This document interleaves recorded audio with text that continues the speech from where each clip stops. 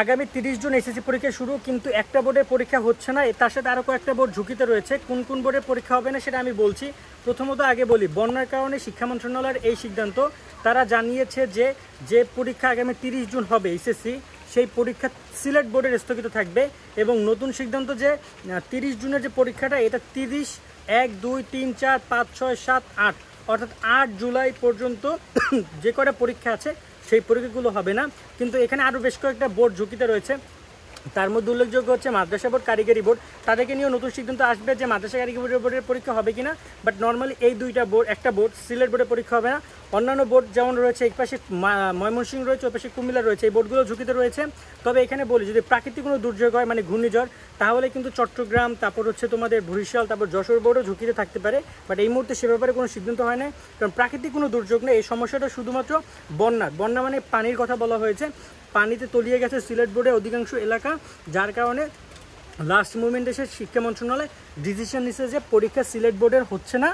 সিলেট বোর্ডের পরীক্ষাগুলো পরবর্তীতে তারা নিবে নতুন রুটিনে।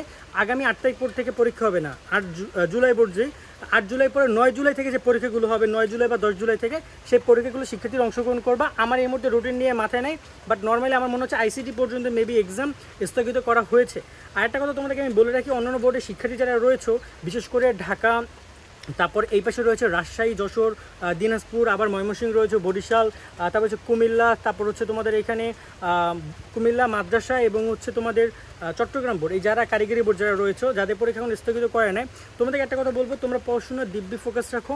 শুধুমাত্র সিলেট বোর্ডের শিক্ষার্থীদের ক্ষেত্রে এই সিদ্ধান্ত গ্রহণ করা হচ্ছে, তোমাদের জন্য না। এবং তোমাদের যদি সিদ্ধান্ত গ্রহণ পরিবর্তন তারা করে, অর্থাৎ পরীক্ষা তারা স্থগিত করে, সে ব্যাপারে আমরা তোমাদেরকে খুব তাড়াতাড়ি জানাবো যে পরীক্ষা স্থগিত করছে কি না।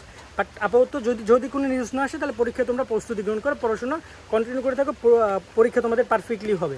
আর নতুন কোনো সিদ্ধান্ত আসলে সেটা তোমরা সবার আগে আমাদের কাছ থেকে জানতে পারবে। তাই আমাদের সাবস্ক্রাইব করে আমাদের সাথে যুক্ত থাকো। আর কোনো প্রশ্ন থাকলে কমেন্টে জানিয়ে দিতে পারো। সিলেটের বন্ধু বান্ধবদেরকে জানিয়ে দাও যে তোরা চাপ নিস না, পরীক্ষা আপাতত স্থগিত। কেমন? ভালো থাকো, আল্লাহ হাফেজ।